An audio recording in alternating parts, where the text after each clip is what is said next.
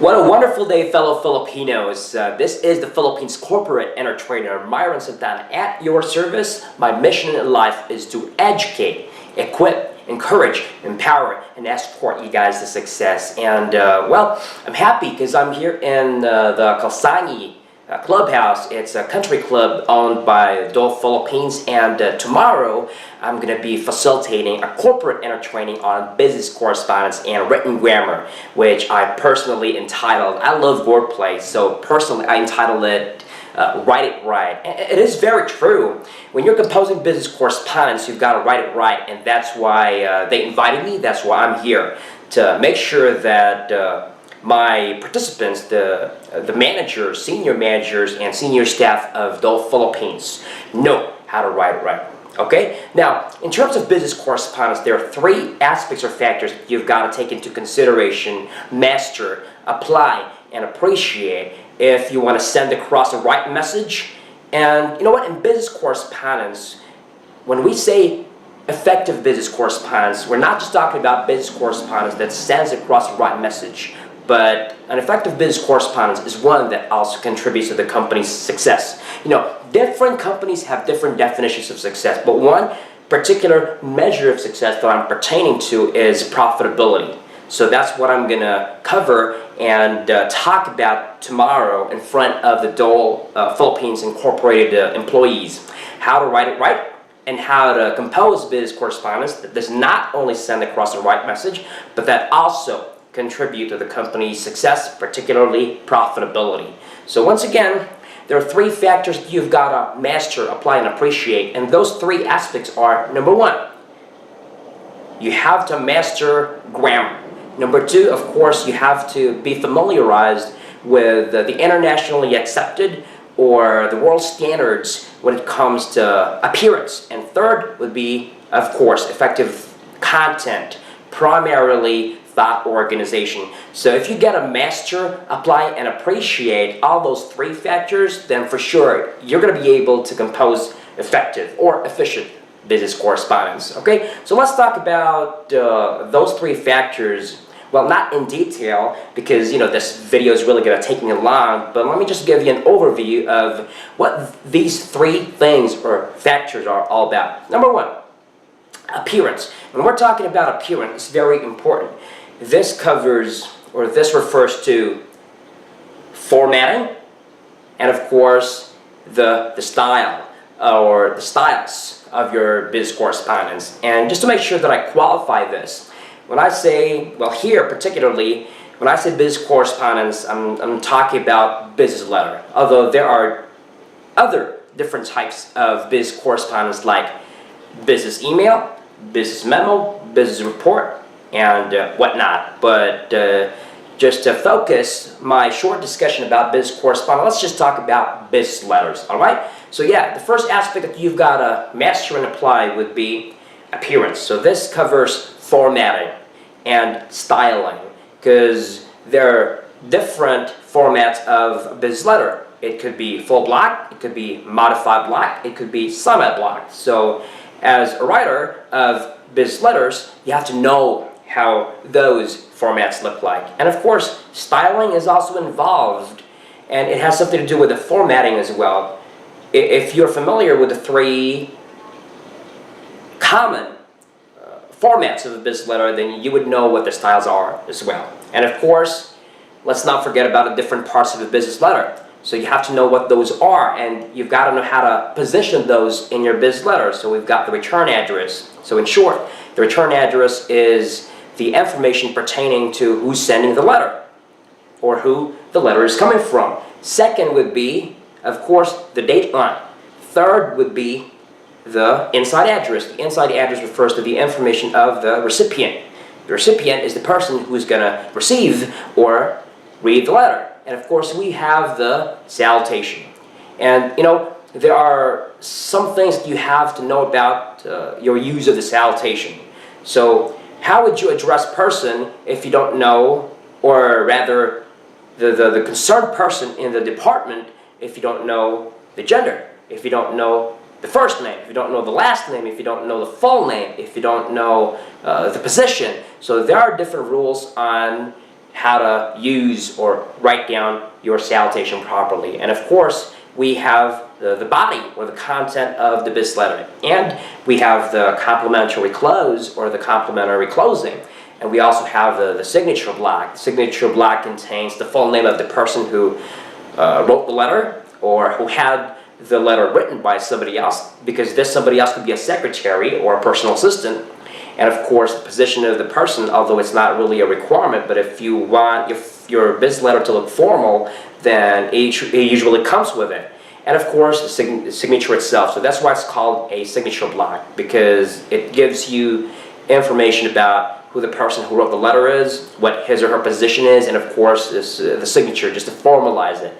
And of course, other extraneous information like the enclosures, okay? So the format and or the style, the different parts of the letter, so all those things pertain to formatting or styling of your business letter. And of course, secondly, you have to master, apply, and appreciate grammar as well. Even if you know how to format or style your letter, or you have all the basic parts of the letter on your paper, then it's not enough for your business letter to be efficient or efficiently written if your grammar sucks, if your grammar does not make sense, if your grammar does not send across the right message that you want the recipient or the receiver of the letter to understand or to act upon. So in grammar, we have, of course, you've got a master subject-verb agreement. Your subject, the one being talked about in the sentence, should agree with the verb. So there are rules, there are several rules, as a matter of fact, that govern how to make your subject and your verb agree what to each other or with each other. And we also have verb tenses. It is important that your verb tenses are right, and we know that there are 3 tenses. We've got past, present, and future, but the complicated part of it is that for each of these tenses there are actually several patterns that you have to know about more as well. Like, we have the simple, we have the perfect, we've got the continuous or the progressive, and we've got the perfect continuous or the perfect progressive. And those tense patterns are what I'm going to be covering tomorrow as well. And of course, we have the proper or the correct usage of prepositions. So when and how to use in, when and how to use on. Same thing with at. And of course, those are the big 3. I call them the big 3 prepositions, the major prepositions. You also have to know more about the minor, or rather the other prepositions like for, since, by, etc. And well, brushing up on your English grammar, we know that there are different kinds of prepositions. Prepositions of place, prepositions of time, etc. And other than subject-verb agreement, verb tenses, and prepositions, you also have to know how and when to use modals. Modals refer to, they're like specialized verbs that have their own functions. We are talking about shall, should, will, would, can, could, must, ought to, or oughta, and a lot more. So how and when do you use these modal pairs? So that's how I call them, modal pairs. And if you misuse them, they may not only serve their purpose right or their function correctly, they may be misinterpreted by the person reading your business letter as well. Okay? And of course, there are Filipinisms as well. We're going to be covering Filipinisms. One good example is of a Filipinism is Filipinos often say request for. Like if you want to ask for something and you want to request it, how do we write it? We say or write request for. But grammar-wise, it's actually wrong, because the direct definition of request based on, well, most dictionaries is to ask for. So when you write request for, it's like you're saying or writing ask for, so it's redundant. So that's one example of a Filipinism.